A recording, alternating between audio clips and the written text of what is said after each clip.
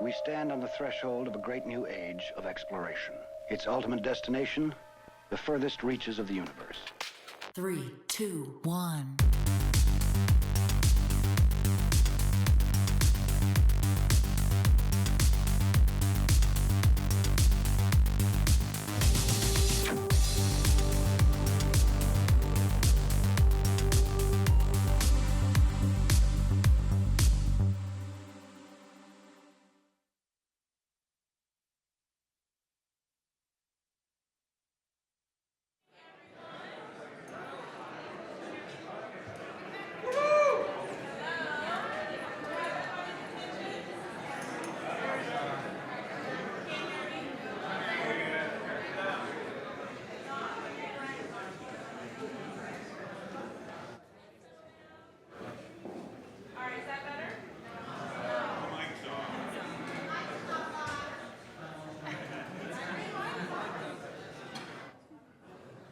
They're gonna work, there we go.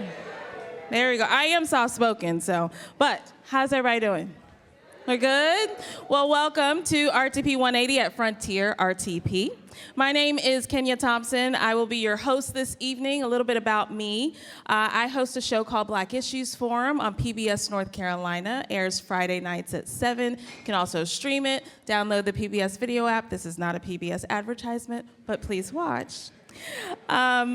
Tonight's event will be live stream on PBS North Carolina, and kudos to the team back there for making it happen. I would like to thank our presenting sponsor, RTI International. If you didn't grab one of the rechargeable fans, I think those are the rechargeable fans, grab one. All right, tonight's format. If you have not been here before, we have 4 speakers who will have 7 minutes each to speak about dwellings. 7 minutes for a Q&A afterwards. If you're on social media, make sure to follow us at the RTP. If you want to post any photos, make sure to tag. If you want to rewatch tonight or any past RTP episodes, make sure you check out our YouTube channel for this and past RTP 180s. All right, I already kind of spoiled it. We're here to talk about dwellings. So I want to go ahead and introduce our first speaker. All right, Jennifer Johnson. Her current role as Vice President of Business Development at the Urban Land Institute is where she works with leaders across the globe to create meaningful points of connection, bringing together public, private, academic, and nonprofit expertise to strengthen the built environment. Much of her work centers on aligning missions and facilitating shared, mutually benefiting or beneficial relationships that advance sustainability, housing attainability, and community impact. Welcome, Jennifer.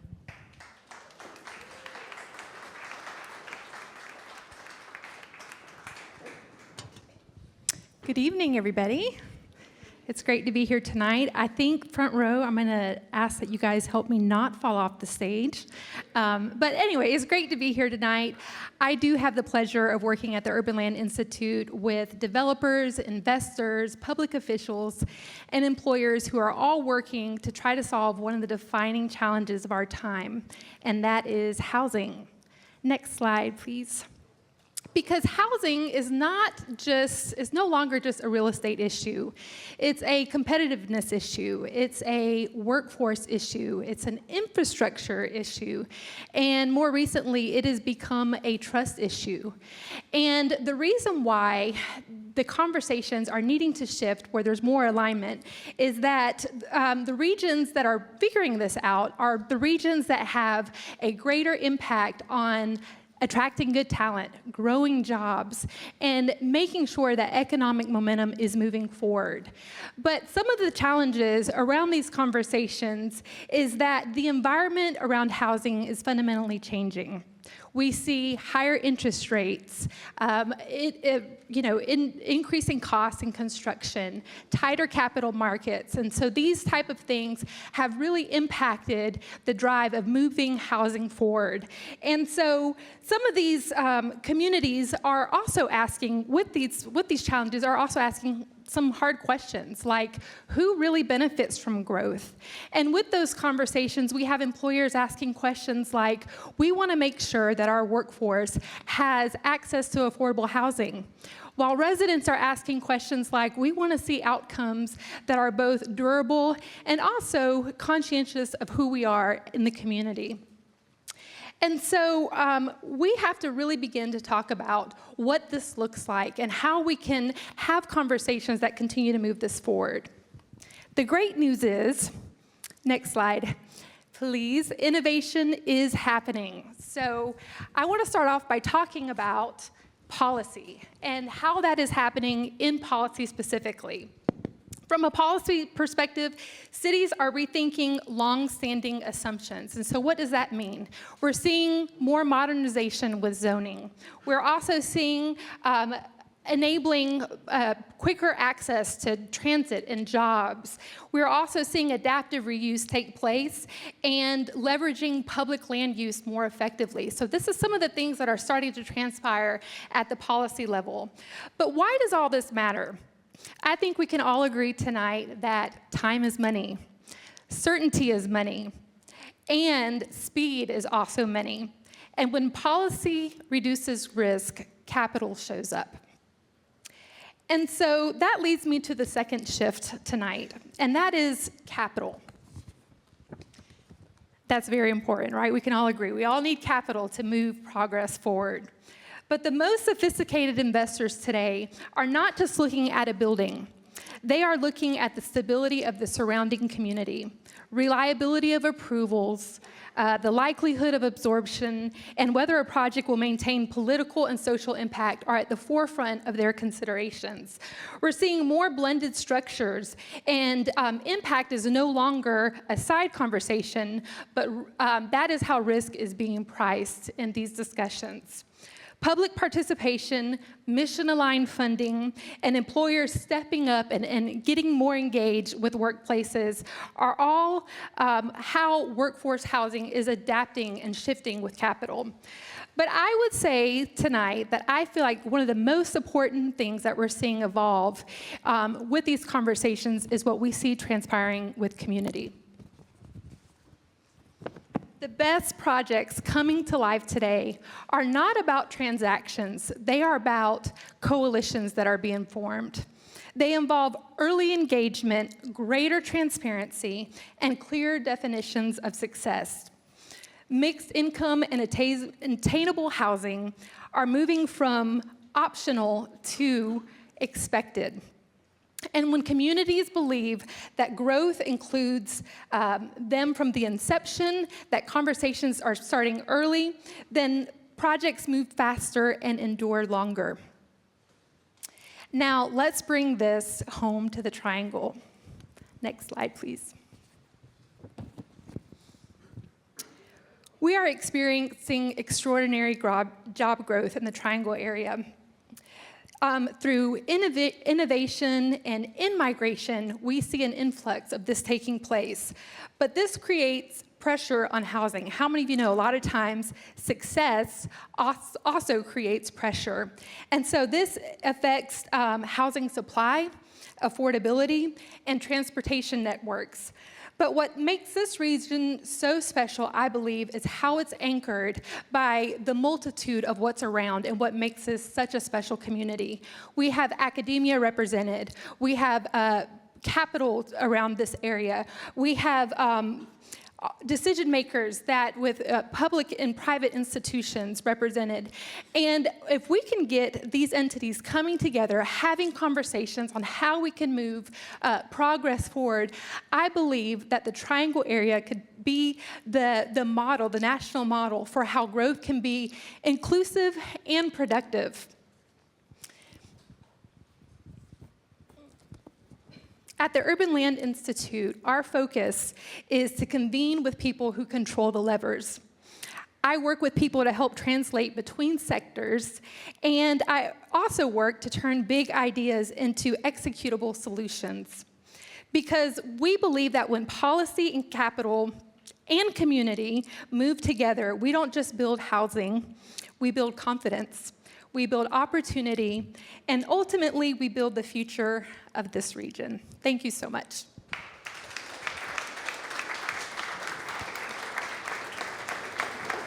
Thank you, Jennifer. Any questions? I can start off with one. What is the single most important thing local governments can do in this space? Ooh, that's a great question. I think it's so important for local governments to create predictability in what they do. So having clear rules, consistent timelines, and a way to really have communication moving forward with the different stakeholders involved. I think certainty really allows capital to move forward and to be present. So having clear definitions around policy is so important. Thank you. Any questions from the audience? If you just raise your hand, someone will come to you with the mic. While we wait for, okay. Awesome. I'm coming.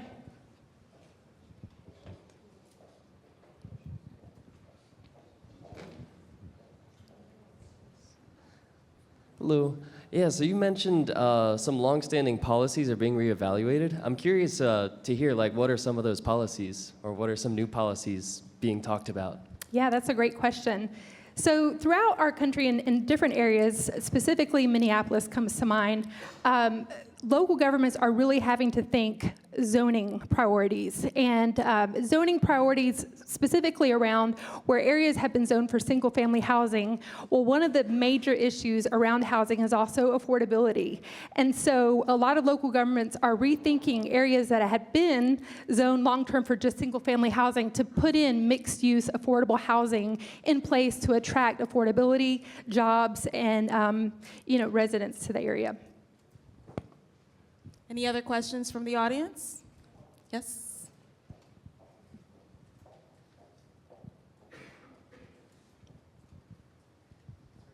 Thanks, Jennifer. A question for you.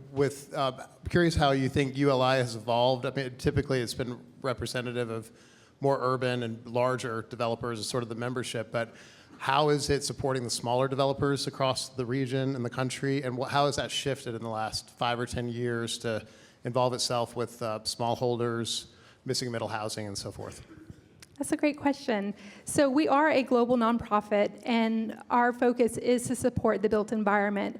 But I believe some of the most impactful things that take place are at the local level. And so for that reason, we'd have what we call local district councils situated throughout the country. And in these forums, it really creates a platform and a dynamic for relationship building, for conversations that are not just considering what's happening at the global level, but also are more real to what's taking place in the community. And with these district councils, advisory committees are created based on the challenges that those local communities are facing. And so it creates a sense of cohesion where we are still creating a framework for how we are addressing the issues taking place in the built environment. But the local districts really bring it home to support at the local level developers and make it really relevant to what's taking place in those communities. I think we have time for maybe one more question. Yes. I'm going to ask you guys to pass the mic back. Hey, thanks for being here, Jennifer, and thank you for doing this. Have you had to work with any of the issues around data centers and or some of the rare earth mining facilities? So we've got some issues with that in North Carolina coming up. And have you had any interaction over those issues? We have. I think data centers are definitely something that is evolving and is new in the field. And we are starting to have conversations. That really is one of the things that have shifted in going after relationship building that is diverse.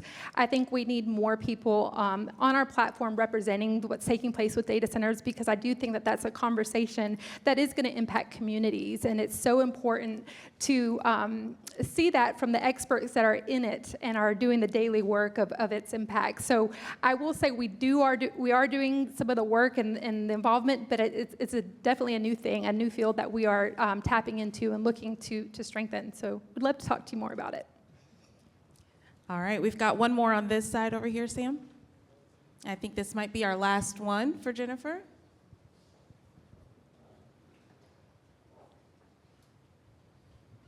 I am standing up, so I just want you to know. It's really dark here. But the question I had for you, and I understand you guys do a great job, Urban Institute, a lot with planning and walkable cities and that type of thing.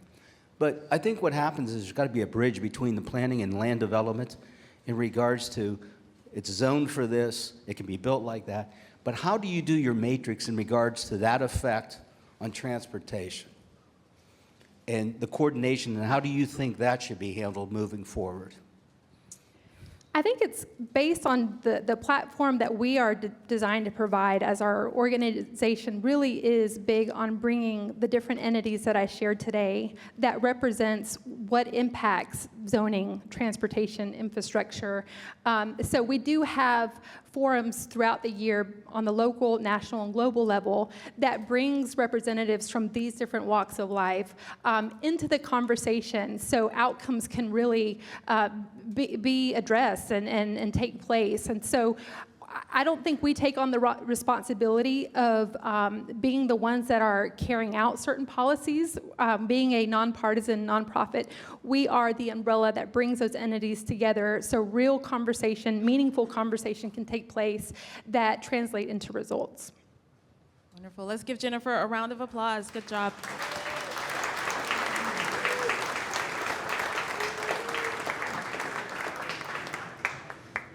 All right. Now it's time for our next speaker.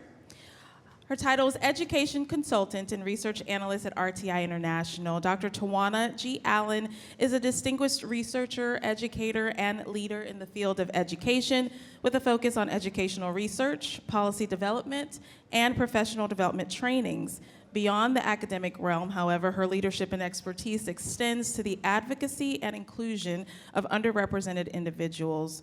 Through well-designed community engagement strategies, she fosters meaningful connections by bridging the gap between marginalized communities and decision makers. Welcome.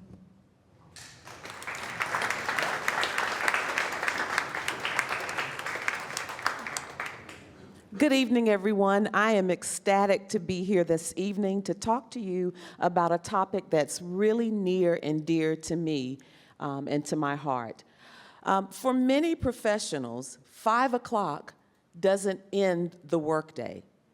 Oftentimes, 5 o'clock begins second shift for them because they're shifting from meeting deliverables, answering phone calls, to that second shift of where they are now helping with homework, administering medications to a loved one. They are also just having to balance it all to make their home life work. So we like to call that second shift. So that's why my topic is titled Under One Roof, The Realities Shaping the Careers for the Sandwich Generation.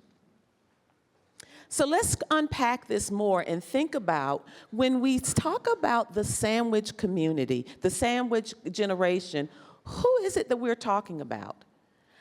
By show of hands, raise your hand as you were growing up, you were a latchkey kid, meaning you knew to come home, come in, get your homework started, and you knew not to open the door till mom and dad came in. Thank you for this show of hands. How many of us knew to go and ride the bikes? We would go out and we would stay all day long and ride our bikes, but we knew to come home when the street lights came on. Great show of hands. And we knew that punishment for us was going to your room. We hated when our parents told us to go to our rooms. Thank you, I love this group over here. And so if these simple things describe you, along with you, we kind of thought about a different timeline for when we got married, when we wanted to have our careers. We were really focused on those things, our goals and priorities before we began, thinking about a family. So what was the outcome with that? We are now smack dab in the middle of trying to balance it all with we're in the middle of child rearing years, and we're trying to balance that with our careers along with elder care roles, okay? So let me drive this home a little more. What do we think about when we say the sandwich generation? Well, it's multi-generational households, and our Pew Research shared with us that these are adults who have the caring responsibilities of parents who are at least 65 years or older, and they are raising a child or children, or they are still being responsible for a young adult. So think about if your child, your teen now goes off to college, and they have this wonderful degree that you paid tons of money for, but then they come back home because guess what? This wonderful degree, now they can't get a job. So then research tells us that 27% of our employees in 2021 in their 30s were caregivers. Whereas 54% of employees in their 40s were caregivers, and now 36% of employees who are in their 50s are now caregivers as well. And they're caregiving on either spectrum, with the young children or with adults. So what does this mean? It places us smack dab in the middle of working, family care, and please, if you want to have a career, how do you balance it all, along with the economic stability? So when we think about all of this that's happening under one roof, and we think about this multi-generational reality, we think about what's driving this. Well, Jennifer just told us about the work that she's doing, but it's also driven by housing affordability. Because nowadays, it takes 2.5, sometimes 3 incomes in order to afford a home. It's talking about caregiving needs. And as we know that we live in RTP, people are living longer. The healthcare system is really good here. So longevity is a plus. But it also comes with economic necessity. And there's another point with this, that it's also driven by, sometimes it's cultural. There's several cultures, many cultures that believe in taking care of their elders. And that is because children can grow up with their grandparents, they can live and they can experience life having those elders. And so with that comes the daily realities of coordinating childcare with elder care, sharing spaces, finances, and then it puts you at an inroads for thinking about how do I balance my career? So what does this mean for the implications for housing and work? Well, for housing, when we hear of a community that's doing their unified development ordinance, thinking about all of the different ways in which land can be used, we've got to think about what kind of houses are we building. Are we building 3-level townhomes, knowing that our grandparents or our older parents are going to be living with us, and the cases that can't navigate it? It's also thinking about how do we reconsider what we consider multi-generational housing. And it also really promotes a lot of the increase in overcrowding in housing. So our workforce implications, reduced hours, people come to work exhausted, and they then often have to demand their careers based upon what they can accommodate for their housing. So why this matters? Stress. People are burned out. Their own mental health, emotional health is put on the back burner, along with the financial stress, delayed retirement. And so for oftentimes many communities and the economies, it causes that instability because some people can't work or can't work full time. And so then it's that greater strain. And also for employers, sometimes people just have to take a leave and have to step away, which includes absenteeism. So thank you for giving me the opportunity to talk with you about the sandwich generation. Here's a point. If you are at the age that you need reading glasses, but you're young enough to understand how to use Zoom, along with if you are caring for someone in between that range and you have responsibilities, guess what? You're already in the sandwich generation. Thank you. Thank you so much. I check all those boxes, by the way. I do too, so don't feel bad. Any questions? We want to open it up. I've got one if we want to start things off. How do employers support someone like me who needs reading glasses at my age? And how do they support sandwich generation folks? That's a great question. So oftentimes it really thinks about how does your employer value their employees, and do they know whether or not who is having elder care responsibilities. And so having policies that maybe look at how do we also have not just maternity care, maternity leave, but elder care paternity leave could be an option, along with how can we use FMLAs more creatively, and just thinking about what policies we put in place as far as remote work, or at least a flex or hybrid calendar. Hybrid schedule. Here too is communicating your need. Communicating your know needs, and it being, you not being considered a slacker because you might have to leave and go and take care of a parent, take a parent to a doctor's appointment or something, but knowing and trusting that your employee is going to meet the deadlines along with having to balance the elder care responsibilities. Great question. Thank you for that. Of course. Any other questions from the audience? Just raise your hand. Sam, there's one right here.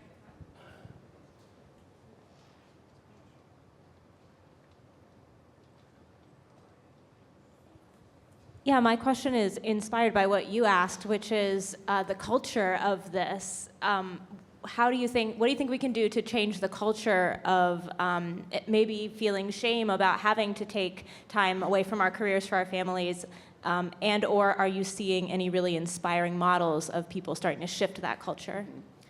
I have to admit, I left a previous employer because I experienced a traumatic experience of losing my mother suddenly. So the elder care responsibilities were just kind of thrust on me just quickly. And so my current employer, RTI, has been wonderful in allowing me to have that flexible hybrid schedule. Flexible remote schedule. And so for me, it was how transparent can I be with my employer, specifically my manager, and letting them know these are the roles and responsibilities that I am juggling. And I have to say, I've experienced nothing but support for that. So I think it is a thing of being open, transparent, and saying what I need, but also understand that you do have the job, and just finding that balance of making it work. Now, I will admit, I do a lot of things on the weekend as well, because I have to make it balance. But to me, just the flexibility alone is well worth having the opportunity and having the supportive employer. And that support makes me want to meet my deadlines, meet my deliverables, because I understand that they too are counting on me just as my dad is counting on me. Great question. Thank you for that. I have a question right here to your right. Yes. Oh, thank you. I'm originally from Hawaii, where it wasn't uncommon for as many as 3 generations to be together. So talk about a sandwich would be a double-decker sandwich back then. And being Gen X, here's what's interesting too, is that we're talking about this as a special challenge, but is there any, it's good to make a request of an employer, but is it still a distinction from those who might be of a protected class, like American Disabilities Act, where you can make a reasonable accommodation, versus an employer says, well, sucks to be you? Well, that's an interesting perspective. And I think with the protected class, it's really, they do have those protections, ADA, disabilities.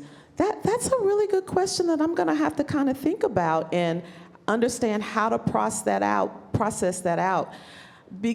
But it would be tough for me to really want to work with someone that would say, hey, it sucks to be you, because who wouldn't want to make sure that your loved one is well taken care of as they did you or me when I was a child? But that's an interesting perspective. Thank you. Question in the back, I'm coming to you.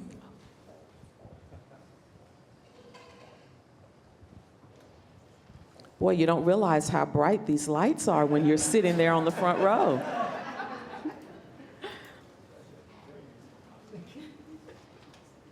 So you touched on it a little bit of, as new developments are happening, designing them appropriately for different family styles. How much are you seeing where the local governments are actually being responsive to changing the zoning to allow for that? You know, so things like, in addition to a primary residence, maybe you do have either a in-law suite in what normally is a single family, or, you know, a secondary building on there to allow for that multi-generational, but still allow some separation and privacy between the different generations? That's an excellent question. I was working with Durham with their UDO, and so we did a lot of community engagement and stakeholder engagement with families to find out specifically what are your needs.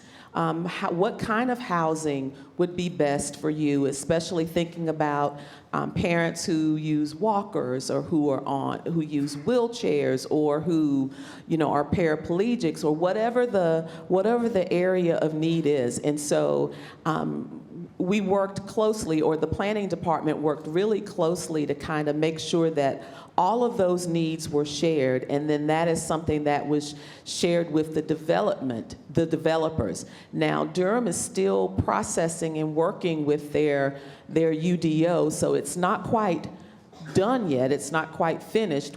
They're still getting the feedback, but those were the kind of things that was shared from the community to the planning department, which will also be shared with the county commissioners when they're thinking about types of developments and the needs, whether or not it's the walkable communities and the one-level ranch type houses instead of the three-level townhomes that we're often seeing being built.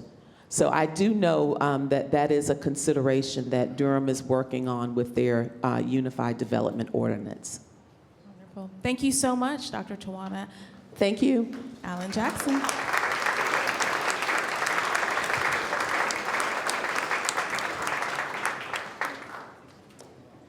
Okay, our next speaker, Thomas Barrie. Thomas is a professor of architecture at the School of Architecture at North Carolina State University, where he teaches design studios focused on home and housing design and teaches history and theory courses and seminars. Let's welcome Thomas.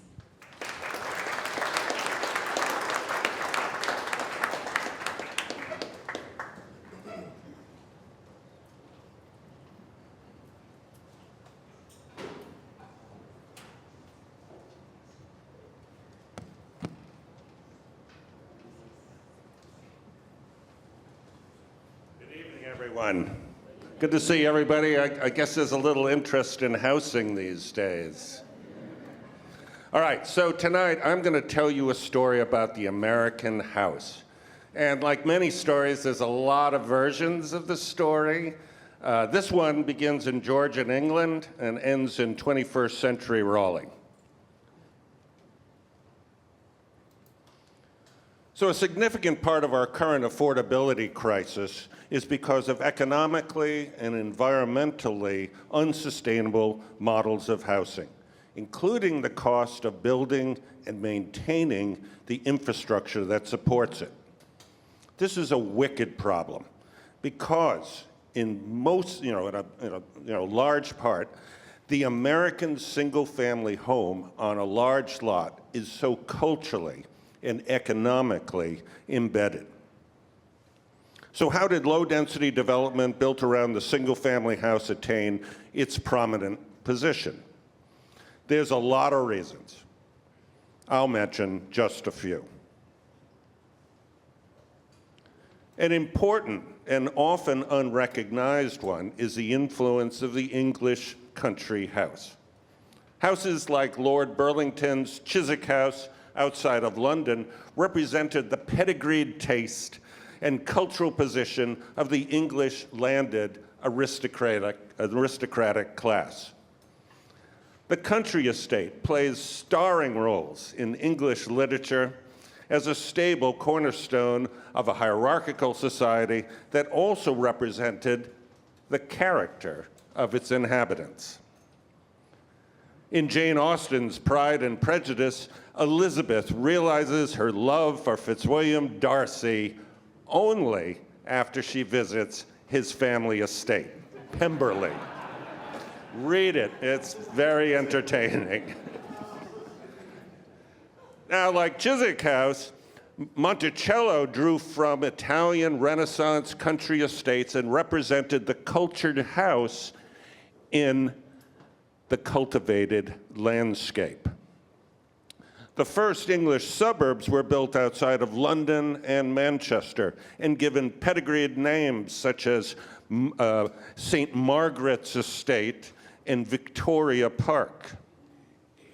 Early American suburbs adopted their models of gated entries, curvilinear streets with single-family houses on large lots, and prestige names that recalled country estates.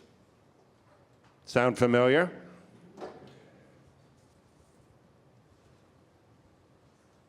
The suburbanization of America, some call it the suburban experiment, was charged by the amortized mortgage and the post-World War II GI Bill, both of which favored single-family home ownership.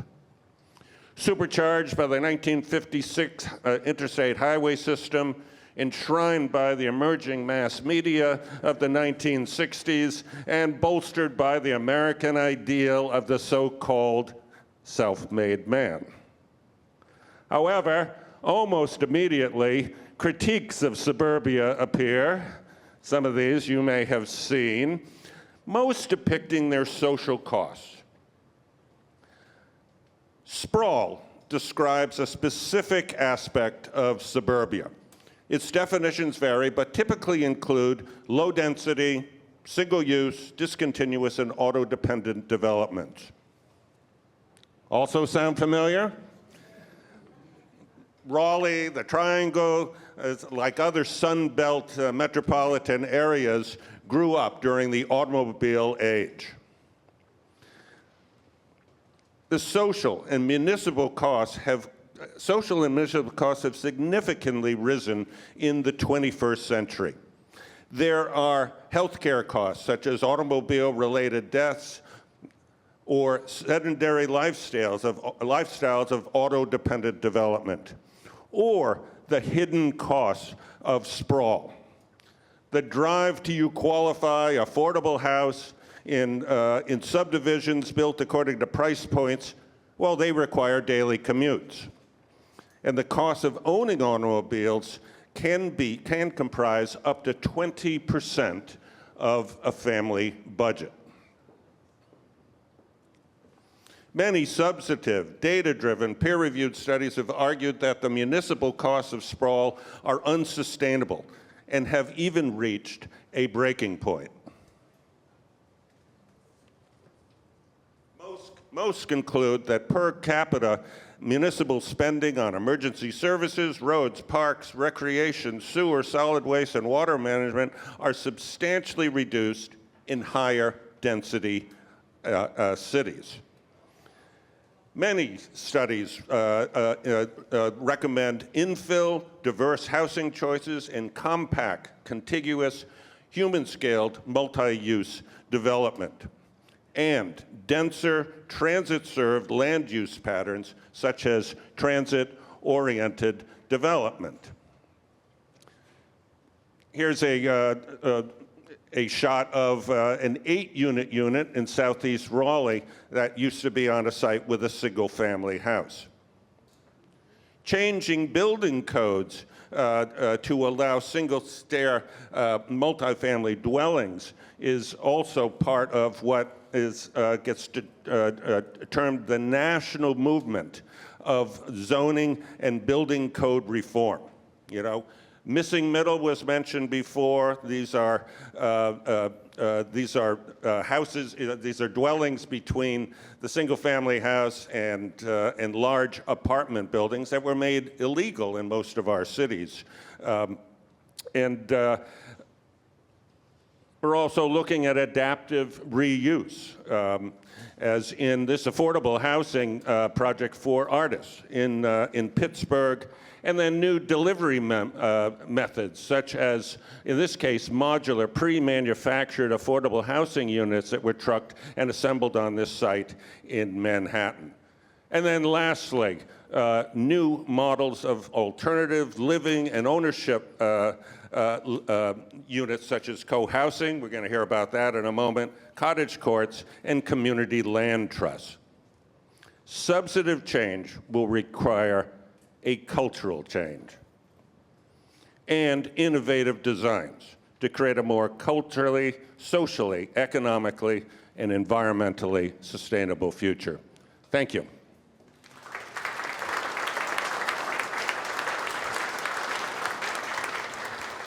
Thank you. Open it up now for questions from the audience. Okay, while we wait for some brave souls to raise their hands, we've got one right here. And then I saw you point over here. So we got two over there, and then I think there's another over here. Yes, how can local, state, federal government work with this? Could you repeat that question? How can state and local governments... Federal government work with the changes that are necessary? Okay, well, one thing I mentioned is really it's a national movement of what gets called zoning reform. We're also looking at building code reform. These are really, you know, they emerged some time ago, but they've really taken on, you know, some urgency. Minneapolis was mentioned before. The Minneapolis 2040 plan got a lot of press because what that plan did was say, all single-family zoned areas of the city of Minneapolis can also have missing middle housing, right? Duplexes, quads, triplexes, townhouses of a certain size, and so forth. We're seeing this in triangle cities as well. You just pick up the paper, new cities are looking at changing zoning to allow for more diverse housing. City of Raleigh rolled out a missing middle housing ordinance about 2.5 or 3 years ago now, and made ADUs 5 years ago, accessory dwelling units, legal by right citywide. So in other words, you don't, and that's where the approval process gets improved as well. You don't have to, you know, it's not a contingent application for a building permit, it's by right. So the process is much more streamlined. You're just getting me warmed up here. Thank you. I think there was a question behind, and then we'll come over here. Thomas, for new construction with higher levels of tower living, during the permitting process, do you know, if any, when does the city or county gets to think about the safety measures of having the proper emergency equipment, the number of firefighters that need to be trained in order to manage any type of property that will possibly catch on fire? My concern has always been that they're building the properties faster than you can train firefighters in order to out the fire.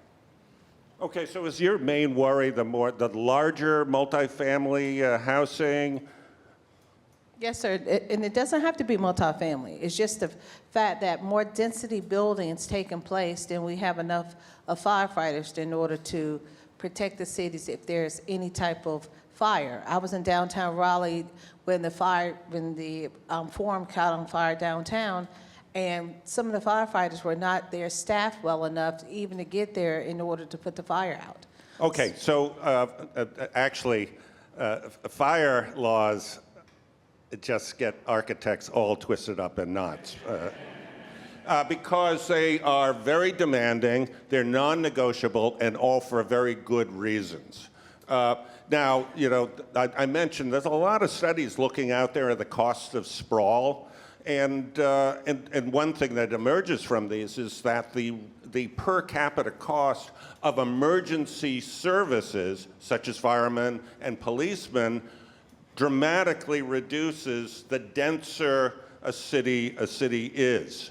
And if you look at how housing is built in Raleigh, which is still low density, but is getting denser, you'll see that they are carefully planned for emergency responders to be able to get to and address a fire.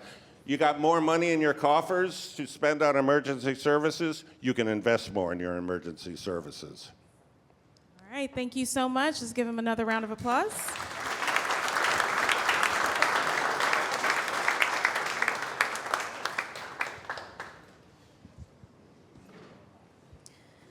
Okay, one last speaker.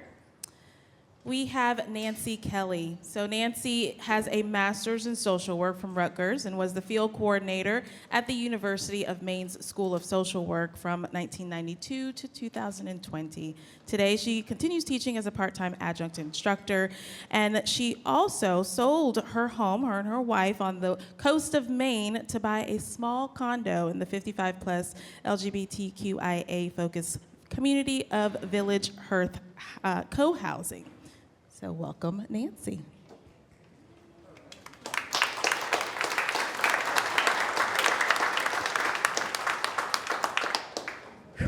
Okay, so I am not an expert, an architect on dwellings, right? But I do have lived experience. So I'm going to go from the lived experience perspective. And thank you so much. This is really amazing. This is just such an amazing place and project. So thank you. So we start with vision. Let me tell you a story. So I'm going to start with a story also. I am 71 years old. I've identified as lesbian for about the last 40 years. And I can tell you how many times I sat at a table just like this when I was in my 40s and 50s saying to my friends, what are we going to do when we're older? Where are we going to live? Who are we going to live with? Who's going to take care of us? What are we going to do? How are we going to build, and I hope I don't offend anyone, the old Dykes home, okay? This is what we would sit there talking about all the time. Two of these people actually did it, and we'll talk about that. So some of you may say, well, you know, with inclusion and society has changed, why do you feel like you need something, you know, that really focuses on LGBTQ when you're older?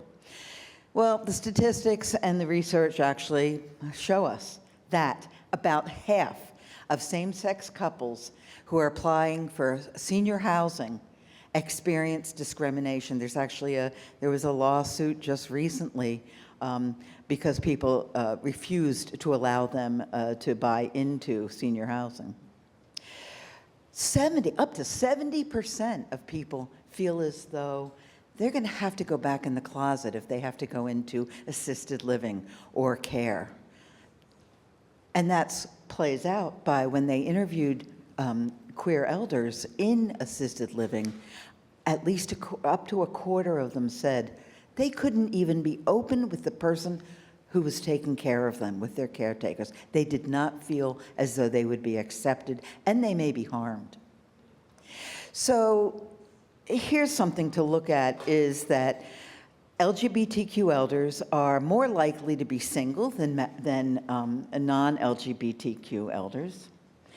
Also, I'm an adult orphan. So we're talking about sandwich generation, right? But then you have to think about, you become an adult orphan at some point. Both of my parents are dead. I have chosen family. I have friends that I have pulled in as my chosen family. The other thing is LGBTQ people at this point, and this may be changing, but at this point, people in my generation, over 60% of LGBTQ people have no children. So it's almost the exact opposite. Oh, I put that down, sorry. Okay, so people in that first picture, Pat McCauley and Margaret Roche, they had that vision, and they were not going to let that die. And so they kind of followed some of these models. However, when I talked to Pat, I interviewed Pat before I talked to you, she said, put frustration at every level of that model. Because this is where, and this is my anecdotal, okay, don't quote this statistic, 99% of the people that sat at that first table, 99% of them, it crashed and burned. Okay, it never came to fruition, but not with Pat and Marg. And that's because they did their research. They interviewed people. They went to conferences. They talked to architects. They went and visited co-housing, senior co-housing across the country. This is what the architect designed for us. Are you ready? This is what we have today.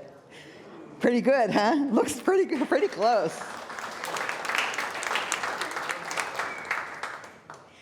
The other thing is persistence. You have to be persistent if you want to do a organic development. And you better talk to those architects. You better talk to city planners. They developed an LLC, formed an LLC.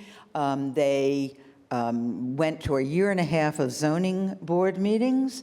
They found a bank, because here's an interesting fact, is that no state in the union recognizes co-housing as a legal entity. We have to go in as a condo association. Now, just recently, Fannie Mae said, oh yeah, co-housing, we can get mortgages for co-housing. But in 2016, that wasn't the case. One bank was willing to give us a loan. And here we are. So what did we do? We are on 15 acres in North Durham. It's ex-burbs, right on the other side of the road is considered rural. And we put a lot of workshops on, how close do we want to be to our neighbor. So the architect and the planner really helped us figure that out. And you can see here we have 28 units. And in those 28 units, it's in the first 5 acres, leaving us with 10 acres of rural trails. It's really quite beautiful. I have a German Shepherd and a Great Pyrenee, and they love to run back there. So 28 houses connected in 4 houses in 7 buildings. And you can see one of the things about co-housing is the parking is on the outside, right? Because this forces you then to walk from your car through the neighborhood, meeting people, greeting people, and building connection. We moved a lot of rock to be have universal access, looking at, we're not ADA certified, but we certainly looked at how can we be universal in terms of allowing everyone to be able to get there. The sidewalks are extra, we have one person in a wheelchair, the sidewalks are extra wide, all of the doors are wider.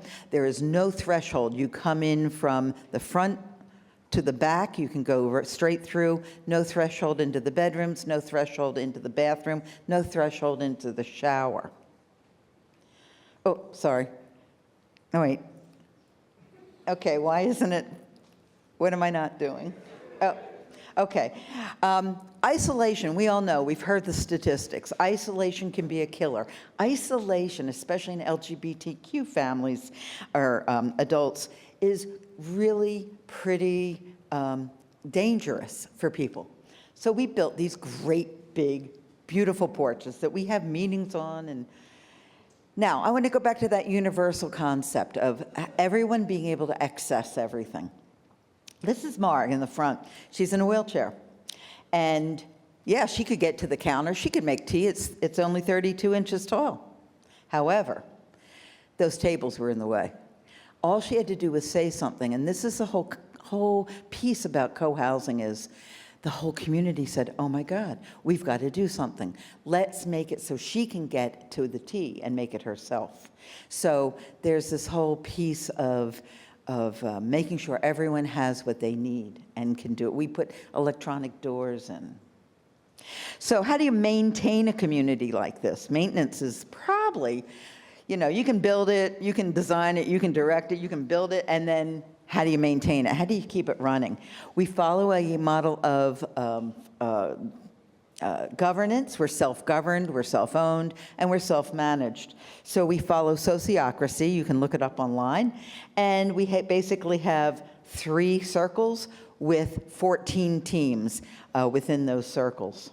And you can look at some of those, or if you want to ask a question, we can go into this later in questions about how those circles function. But the key to co-housing is that common house. It looks like a clubhouse if you go on to, look at any condo association, but it's not. It is an extension of our living areas. So the living areas are small, even though they have a dining room, a living room, a kitchen, bedrooms, bath, total unit, but they're small. And so people tend to hang out in the common house. We have people come and have concerts. We have a cello concert coming up. But, these are nationally known singers, especially in the LGBTQ community. And they all, I guess, buy Martin D28s. Time. Exercise room. Thursday nights, we have meals, $5, and you only have to cook once every 6 weeks because it's divided, the work is divided. We do our own landscaping, facilities and management. Everyone knows how to save their house. We have fire departments come in and train us, and we all know how to turn off the water in the riser room. We sustain ourselves. This is a care team. We could talk more about that in the questions of how do you maintain a group of people who are aging 55 plus. We have a systemic way of making sure people are cared for. Not like it's not a nursing home. It's not, we have no medical facility, but in fact, people look out for each other. We take it to the street. Most importantly, there's a difference between inclusion and belonging. And here's where people can feel as though they belong. They feel free to hug and kiss and do things that people that aren't LGBTQ get to do without even thinking about. So we can have vision for the future. Aging is inevitable, if you're lucky. How we live it is our choice. Thank you very much.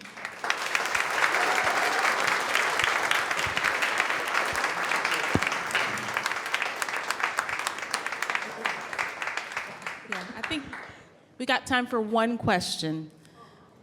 Is there a burning question now? I'm sorry. Oh, here we go. Hi. How are new residents vetted and great? Oh, thank you so much. Yeah, because and I want to say, and we have allies here today. We are LGBTQ focused, but we have many allies. And I think that people are afraid that, I can't go there because I'm not LGBTQ. That's not true. I would say a lot of people that live there are allies. We have a legal team to really make sure that we're following fair housing laws. Where I think that, it's a little, are we following?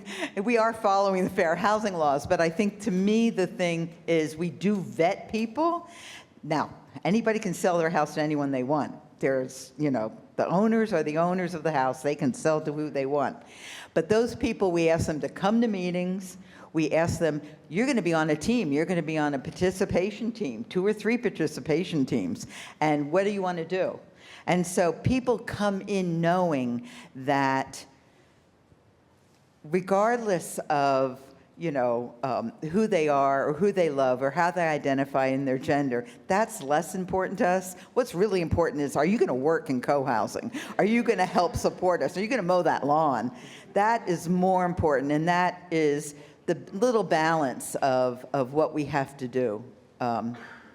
So thank you for that question, because it's always a great question. So thank you so much, Nancy Kelly.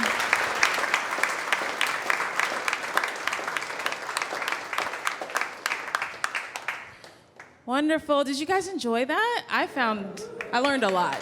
It was very interesting, very, very interesting. So I hope you truly did enjoy that, and I hope you've enjoyed your time here. If this is your first time, welcome. This space, I'll tell you a little bit about it. It's Frontier RTP, if you have not already figured that out, has provided free co-working and community programming since 2015. They include weekly yoga, out-of-office gatherings, lunch and learns, and this speaker series. Our community is full of creative freelancers, startups, STEM professionals, and emerging companies, so it's a great place to thrive.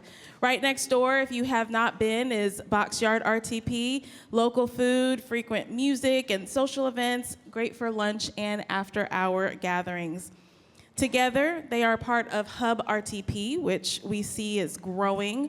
I remember when we broke ground not too long ago, a 100-acre downtown district of research, Triangle Park, where you can live, work, and play. So hopefully you've enjoyed it. I want to give a shout out again to PBS North Carolina, the crew in the back, making sure that we could live stream this. And always make sure to visit the YouTube channel.